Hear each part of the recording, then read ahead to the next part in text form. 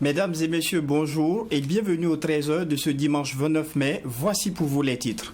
28 mai, journée internationale de l'hygiène menstruelle. À cette occasion, l'association menstruelle a équipé 600 femmes et filles en protection hygiénique et les a également formées sur la problématique de la santé. Pas de marche pour les coordinations des organisations pour la libération de Roch Kaboré comme prévu hier samedi 28 mai, mais plutôt une assemblée générale. Les militants exigent la libération immédiate de l'ancien président au risque de poursuivre la lutte et de l'élargir aux 45 provinces du Burkina Faso. Campagne agricole 2022-2023 au Burkina Faso, plus de 5 millions de tonnes de céréales sont attendues. Le projet régional d'appui au pastoralisme au Sahel phase 2 Burkina Faso a également été lancé ce 27 mai à Gourgou dans la région du centre-est par le ministre de l'Agriculture, des Ressources animales et halieutiques. Cette brève avant le développement des titres, Coris Bank International Côte d'Ivoire a procédé ce samedi 28 mai à Abidjan à l'inauguration de son nouveau siège. Il a coûté pas moins de 8,2 milliards de francs CFA. La cérémonie d'inauguration a vu la présence de Dr Seglaro Abel Somé, ministre de l'économie, des finances et de la prospective du Burkina. La cérémonie s'est déroulée sous le patronage du vice-président ivoirien Koné Tiemoko Meilet et en présence du ministre d'État, ministre ivoirien de la Défense, Téné Birahima Ouattara, et du ministre ivoirien de l'Économie et des Finances, Adama Coulibaly. La Côte d'Ivoire est le plus grand marché financier de l'espace UEMOA. Ce joyau, selon Coris Bank, marque les ambitions d'une banque qui s'affirme dans la sous-région et au-delà. Avec la meilleure part de marché au Burkina Faso, un peu plus de 23%, la banque autrement entend inaugurer son joyau de siège à Ouagadougou en 2023. La journée internationale de l'hygiène menstruelle est célébrée le 28 mai de chaque année. En prélude à cette journée, l'association menstruelle et ses partenaires ont décidé de soulager près de 600 femmes en situation précaire. Ce sont donc des ateliers de formation dénommés « Changeons les règles » et sur la problématique de la santé menstruelle qui ont été proposés aux femmes et jeunes filles. À la fin de la formation, les participantes ont toutes reçu un kit d'hygiène menstruelle. Mamidriana Kamabou. Au Burkina Faso, 3 femmes sur 4 n'ont pas accès à une hygiène menstruelle appropriée. Cette précarité entrave leur liberté de mouvement, pénalise les jeunes filles dans leur cursus scolaire. C'est pour pallier donc à cela que l'association menstruelle a initié cette formation. Une formation de sensibilisation qui permet à ces femmes de mieux gérer leurs menstrues.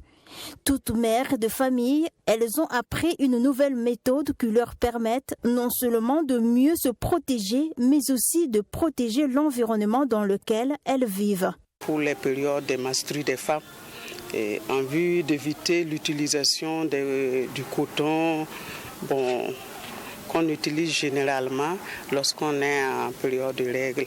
Et c'est souvent pas évident côté hygiène et ça occasionne des dépenses et puis ça ne protège pas suffisamment. Et aussi côté nature, ça pollue la nature également parce que c'est des déchets. Pour la présidente de l'association, nombreuses sont ces femmes qui ignorent l'existence d'une journée dédiée à la cause menstruelle.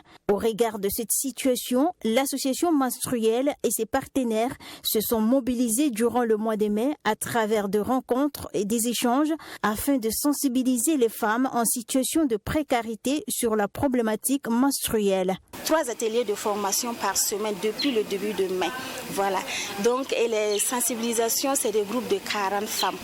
Et ces 40 femmes-là bénéficient vraiment d'une connaissance, voilà, des règles, si je peux dire ça comme ça, une connaissance des règles. Elles savent maintenant pourquoi j'ai mes règles tous les mois et comment est-ce que je peux, voilà, me protéger et contre... Comment est-ce que je peux arriver à me protéger correctement, voilà, pendant mes règles, pendant très longtemps, pendant des années. Et en plus du renforcement de capacité, chaque femme est repartie avec un kit incluant une coupe menstruelle qui est une protection hygiénique et réutilisable. En tout cas, aujourd'hui, grande est notre joie. Franchement, nous sommes vraiment très contents d'être là et de bénéficier à la formation aussi. On a eu un kit menstruel réutilisable qui va nous aider pendant des années. On a appris beaucoup de choses. On a appris comment faire pour gérer nos règles. La formation a réuni des femmes des 3 associations à savoir l'association Ampo, Pépé Filles, l'association Ami et l'association Camille. L'association menstruelle est une association qui œuvre pour le bien-être menstruel et lutte contre la précarité menstruelle de jeunes filles et de femmes au Burkina Faso. La marche pacifique annoncée pour ce samedi 28 mai par la coordination des organisations pour la libération de l'ancien président Roch-Marc Christian Kaboré s'est finalement transformée en assemblée. Après l'interdiction de la marche, les militants de ces organisations se sont retrouvés au Conseil burkinabé des chargeurs CBC pour une assemblée. À l'ordre du jour, le bilan des activités de la coordination et la déclaration dite du 28 mai pour réclamer la libération de l'ex-président Kaboré. Si rien n'est fait dans un bref délai, la coordination entend activer la lutte dans les 45 provinces du pays. Maxime Jean-Eudes, Bambara. La marche annoncée pour ce samedi 28 mai par la coordination des organisations pour la libération de l'ancien président Roch-Marc Christian Kaboré s'est finalement transformée en assemblée générale. En lieu et place du rond-point des droits humains, c'est la salle de conférence du Conseil burkinabé des chargeurs qui a accueilli la mobilisation. Les pancartes préparées pour la marche sont brandies dans la salle avec comme principal message la libération de l'ex-président Kaboré. C'est du reste l'objet de la marche interdite par le haut-commissaire de la province du Kadiogo, chargé de l'expédition des affaires courantes de la mairie de Ouagadougou. Une interdiction qui n'est pas du goût des organisateurs. Le refus par les autorités actuelles de nous accorder l'autorisation de manifester pacifiquement au rond-point des droits humains vient une fois de plus encore de démontrer aux yeux du monde les intentions inavouées et les calculs malsains de la junte militaire qui ne vise qu'à faire du président Kaboré un otage dans son propre pays.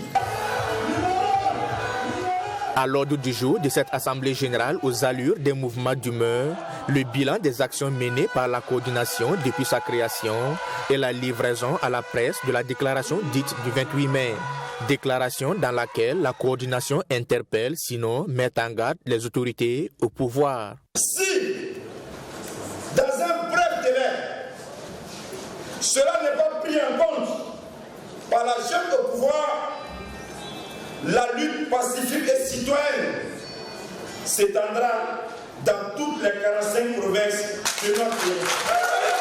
La libération réelle et totale du président Kaboré demeure pour nous et pour l'ensemble des filles et des fils de ce pays épris de justice et de liberté une question non négociable. Une question non négociable. Elle doit prendre fin immédiatement. Ce spectacle n'est point à l'honneur de notre pays. Depuis le coup d'État du 24 janvier dernier, cela fait plus de 4 mois que l'ex-président Roch-Marc Christian Kaboré est gardé en résidence surveillée par les nouvelles autorités et cela sans aucune décision judiciaire. La coordination dit donc rester déterminée pour sa libération totale et sans condition. L'opération Manamana ou mon acte patriotique pour ma ville, lancée le 30 avril dernier par le chef du gouvernement Albert Ouedraogo, fait son bonhomme de chemin. Pour ce deuxième mois d'opérationnalisation de l'activité, les agents du ministère en charge des Affaires étrangères se sont mobilisés hier samedi. Leur objectif était d'assainir l'avenue Ouaribou-Médienne en partant du rond-point de la Femme jusqu'à l'avenue Kwame Nkrumah. Au bout d'un peu plus de 2 heures d'efforts conjugués, l'avenue en question présentait un bien meilleur visage. Michael Tougri. Voici à quoi ressemblait ce caniveau ici à l'avenue Waribou Médienne. Des sachets, des feuilles mortes, de la terre avaient pratiquement recouvert le caniveau. Après le passage du personnel du ministère en charge des Affaires étrangères, l'ouvrage d'évacuation des eaux de pluie est débarrassé des ordures. Cette opération d'assainissement des caniveaux et de la voirie s'inscrit dans le cadre de l'opération Mon acte patriotique pour ma ville. C'est un acte citoyen de lutte contre l'insalubrité. Mais je pense qu'au-delà de ce combat, dont le résultat direct est l'assainissement total, il y a toute la symbolique de rassemblement et d'union autour d'une problématique partagée, qui est l'insalubrité dans nos villes. Mais je dirais qu'au-delà même de ce résultat que nous cherchons, l'opération Manamana nous ramène à nous unir contre d'autres problèmes. Vous savez que nous sommes en lutte contre le terrorisme depuis un moment. Le personnel du ministère en charge des Affaires étrangères avait en charge de rendre propre l'avenue Waribou Médienne et ses rebords. L'opération de salubrité qui a commencé ici au rond-point de la Femme s'est achevée sur l'avenue Kwame Nkrumah. Pendant plus de 2 heures, le personnel du ministère a pu renforcer son engagement patriotique et citoyen, un autre objectif de cette journée consacrée à la lutte contre l'insalubrité. Le ministère en charge des Affaires étrangères a la charge donc de s'occuper de la salubrité de cette rue-là, qui va du rond-point, on va dire de l'évêché, voilà, la place de la Femme, jusqu'à la station Total sur Kwame Nkrumah. Pour moi, l'engagement est assez total et je pense qu'au fil du temps, tous les jeunes, toutes les femmes des villes et des villages de Burkina vont se mettre ensemble pour s'attaquer à ce problème. Donc s'unir chaque samedi du mois pour donner un signal, c'est un symbole de notre volonté de rester rassemblés unis face aux défis majeurs. L'opération Manamana, lancée le 30 avril dernier par le chef du gouvernement burkinabé, Albert Ouedraogo, se tient chaque dernier samedi du mois. Cette opération d'assainissement vise à promouvoir les travaux d'intérêt commun, la solidarité entre les populations. C'est parti pour la campagne agricole 2022-2023. Plus de 5 300 000 tonnes de céréales, plus de 1 700 000 tonnes de cultures de rente et plus de 800 000 tonnes de cultures vivrières sont attendues. Ce sont les objectifs que se fixe le département d'Innocent Kiba pour cette campagne afin de booster le manque occasionné pour la saison dernière. Intégration des systèmes de production agricole, pastorale et halieutique pour une sécurité alimentaire et nutritionnelle durable au Burkina Faso, c'est le thème retenu pour cette année. Le lancement officiel a eu lieu le 27 mai à Gourgou, commune de Tinkodgo dans la région du centre-est. Alexis Wenkouni, Belem Nava.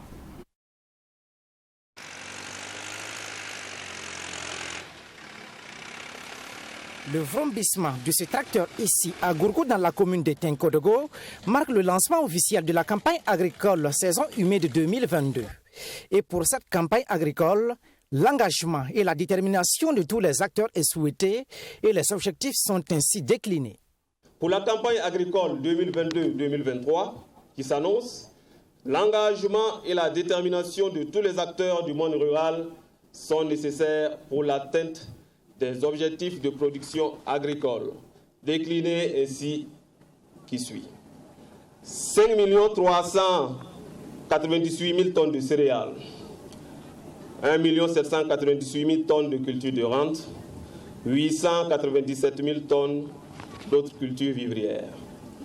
L'atteinte de ces objectifs permettra de couvrir des besoins céréaliers et augmenter le revenu des ménages. La campagne agricole écoulée a été marquée par une double crise, celle sécuritaire mais aussi celle liée aux aléas climatiques, ce qui a occasionné une baisse de 10% de rendement par rapport à la campagne agricole 2020-2021. Les objectifs ainsi fixés permettront de couvrir les besoins.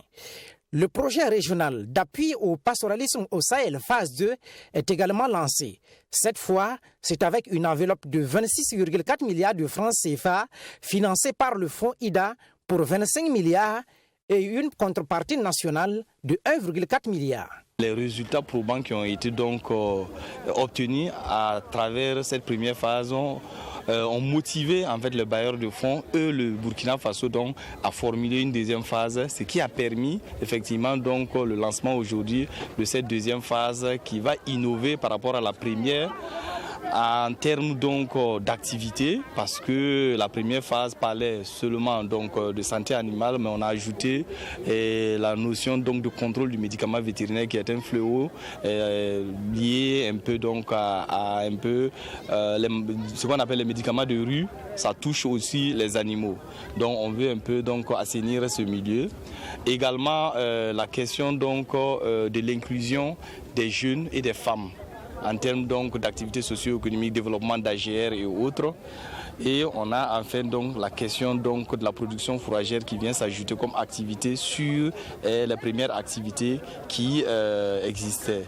L'Organisation des Nations Unies pour l'alimentation et l'agriculture FAO, pour sa part, apporte son appui technique et financier à près de 2,5 milliards de francs CFA. Au cours de cette cérémonie, plusieurs agriculteurs ont bénéficié de l'appui de la CAIMA, la centrale d'approvisionnement en intrants et matériel agricole en engrais. L'Université de l'Unité africaine célèbre la 13e édition de sa journée de l'intégration. Une vingtaine de pays ont pris part à cet événement qui a été riche en couleurs et en émotions. Cette célébration, au-delà de son côté festif, vise à briser les barrières et à consolider le vivre ensemble. Le président du conseil d'administration de l'université a invité les dirigeants des pays africains à travailler dans ce sens. Mamidriana Kamabou. La journée de l'intégration africaine à l'Université de l'Unité africaine a toujours été l'occasion d'une parade de différentes nationalités qui vivent dans cet espace et à moi. Et l'année 2022 n'a pas dérogé à la règle. Le Bénin, le Togo, la Côte d'Ivoire, le Sénégal, le Tchad, la RDC, la Jordanie, l'Espagne, les États-Unis ou encore le Burkina Faso, ce sont une vingtaine de pays qui ont représenté leur communauté en ce jour. Les représentants de chaque pays ont présenté ce qu'ils avaient comme accoutrement caractéristique de leur culture, mais aussi certains objets faisant partie de leur quotidien. Tout ceci au cours d'une courte marche circulaire ouverte par le porteur du drapeau du pays. Un défilé suivi d'un concours de danse. Et au résultat, c'est le Nigeria qui a remporté cette 13e édition. We are very happy today, seriously. Nous sommes très heureux aujourd'hui. C'est comme un rêve. C'est l'un des meilleurs moments de ma vie. Merci. Wow, seriously. Thank you. Thank you. L'intégration des peuples par la culture est l'option la mieux indiquée pour qu'un jour l'Afrique soit ce continent d'un même peuple au même destin, a souligné le président du conseil d'administration de l'Université de l'Unité africaine. Cette journée est donc une manière d'interpeller les dirigeants des nations africaines. La culture montrée par ces étudiants-là. Vous voyez leur habillement, leur engagement dans la danse.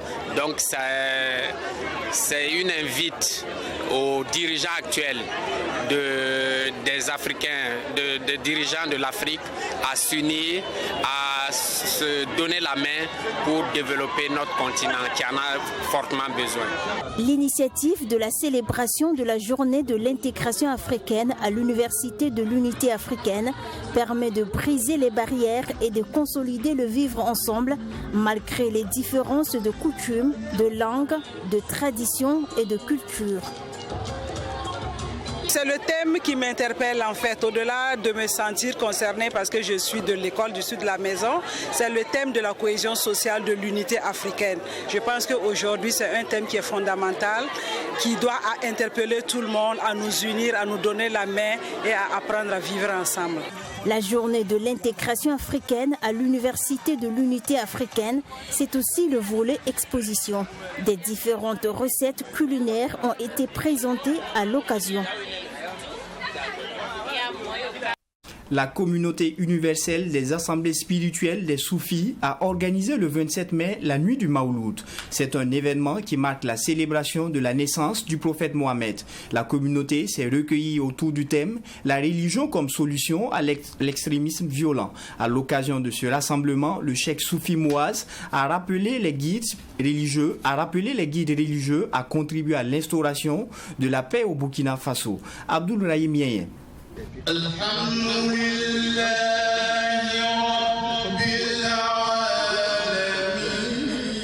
Lecture du Coran, prêche et invocation, ce sont entre autres les actes d'adoration qui ont ponctué cette nuit du Maouloud organisée par la communauté des soufis du Burkina Faso. Le Maouloud, qui marque la célébration de la naissance du prophète Mohammed, est une occasion de tirer des leçons dans ses enseignements pour un meilleur vivre ensemble.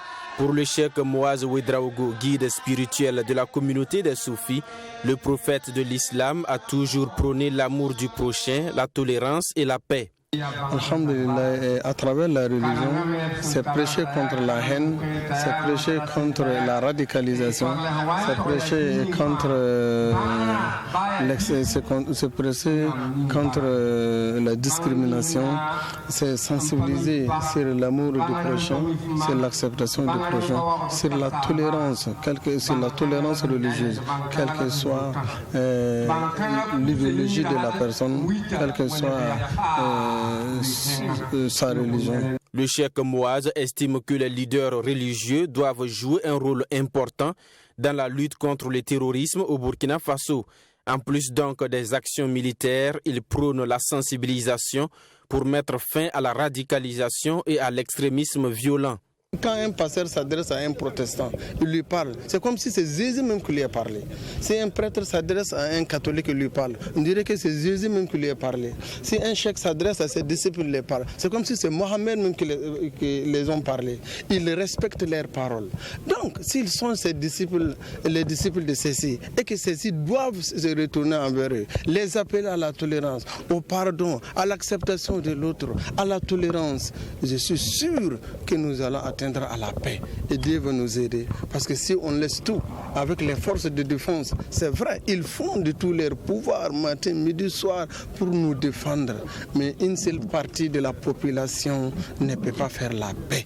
Il faut que tous les Burkinabés s'impliquent. Il faut que les guides religieux qui connaissent les paroles de Dieu s'impliquent dedans par la prière et l'appel à la paix, à la tolérance.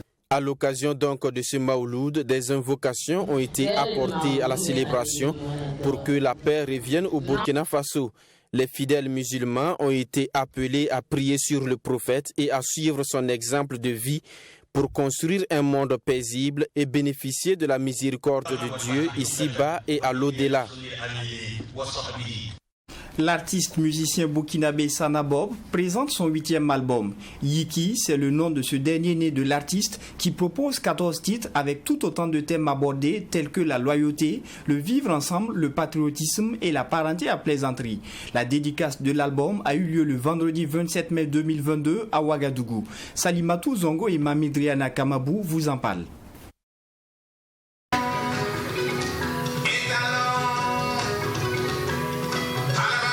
Composé de 14 titres, Yiki ou Lève-toi en langue nationale morée, c'est le titre du nouvel album de l'artiste et musicien Sanabob.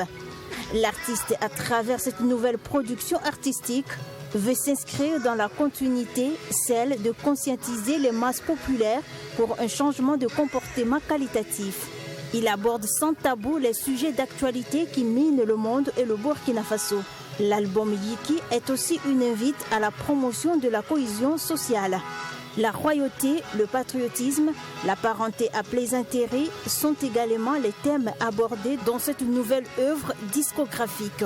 Il faudrait que tout le monde se mette debout aujourd'hui, surtout la génération montante, retourner dans notre culture, dans notre religion traditionnelle et pouvoir aujourd'hui éradiquer vraiment le mécontentement aujourd'hui tiré dans le cœur des sacs africains, particulièrement des Burkinabés. Il faut qu'on se mette debout.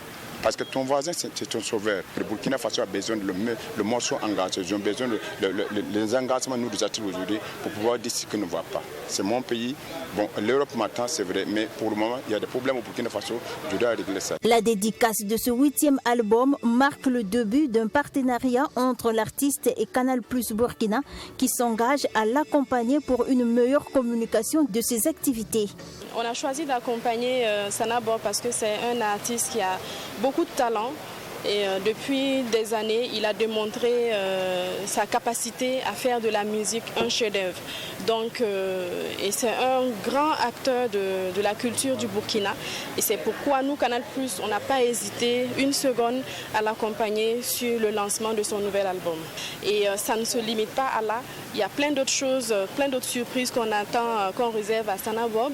Et c'est des choses que vous allez voir plus tard sur les antennes. Dans ce 8e album, l'artiste a aussi rendu hommage à des personnalités religieuses et traditionnelles. Sana Bob, lors de cette dédicace, a annoncé une tournée pour présenter son œuvre aux mélomanes et promouvoir le vivre ensemble.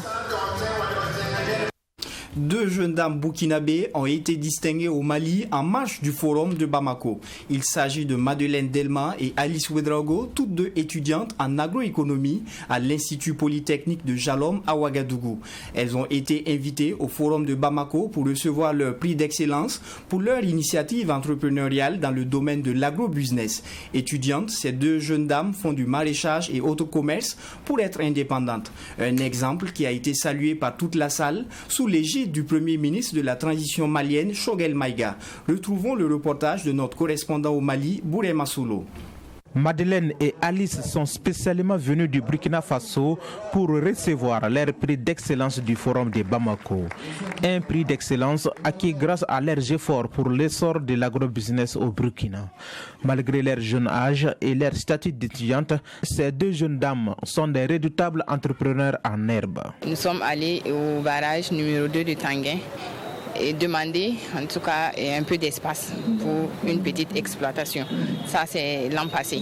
Et de là-bas, ils nous ont demandé vous venez pour chercher de l'argent ou vous venez pour des expérimentations. Et là, on les a répondu qu'on venait pour l'expérimentation en même temps que chercher l'argent. Parce qu'on ne peut pas faire l'expérimentation et prendre les fruits pour autre chose. Voilà, on va essayer de vendre ces fruits-là. Voilà, pour en tout cas pouvoir répondre à nos besoins. Elles ont reçu leur prix d'excellence sous l'ovation des entrepreneurs acquis à leur cause. Pour elles, cette récompense est une marque de reconnaissance. Tout d'abord, je voulais remercier le président Abdoulaye Coulibaly qui nous a vraiment honorés avec ce prix d'excellence. Nous n'avons pas vraiment les mots pour le remercier et en plus remercier l'Institut Polytechnique Shalom qui nous a formés avec des formations vraiment très excellentes, qui nous a permis d'être là aujourd'hui. Je n'ai pas de sentiment pour exprimer ce que je ressens parce que je suis très contente et puis c'est un prix qui m'encourage à avancer et à pousser d'autres personnes aussi à avancer. Donc je suis vraiment heureuse pour ce prix. Nos 2 amoureuses de l'agrobusiness voient déjà loin. Elles veulent faire du secteur leur principale activité professionnelle. Pour l'avenir, disons, on compte créer notre propre entreprise de production et plus spécifiquement pour la production maraîchère et puis pour les feuilles d'amarante qui est vraiment prisé dans notre pays pour la préparation d'un des plats qu'on appelle le babena. Donc les gens en consomment vraiment beaucoup et on pense que ça sera un futur meilleur. Étendre en tout cas l'exploitation, elle a si bien dit, et la production des feuilles d'amarante associée à d'autres cultures. Voilà. Et dans la culture maraîchère, il y a bien nombre, en tout cas, bon nombre plutôt, voilà, de cultures à exploiter toujours au Burkina Faso, voilà, qui sont aussi rentables. Le prochain défi pour Alice et Madeleine est de se lancer dans la production d'agrumes, des tomates, d'oignons, du chou, des piments, entre autres, des produits de grande consommation au pays des hommes intègres. Ici s'achève cette session d'information de ce dimanche. Merci de rester fidèle au programme de 3TV, la télé interactive.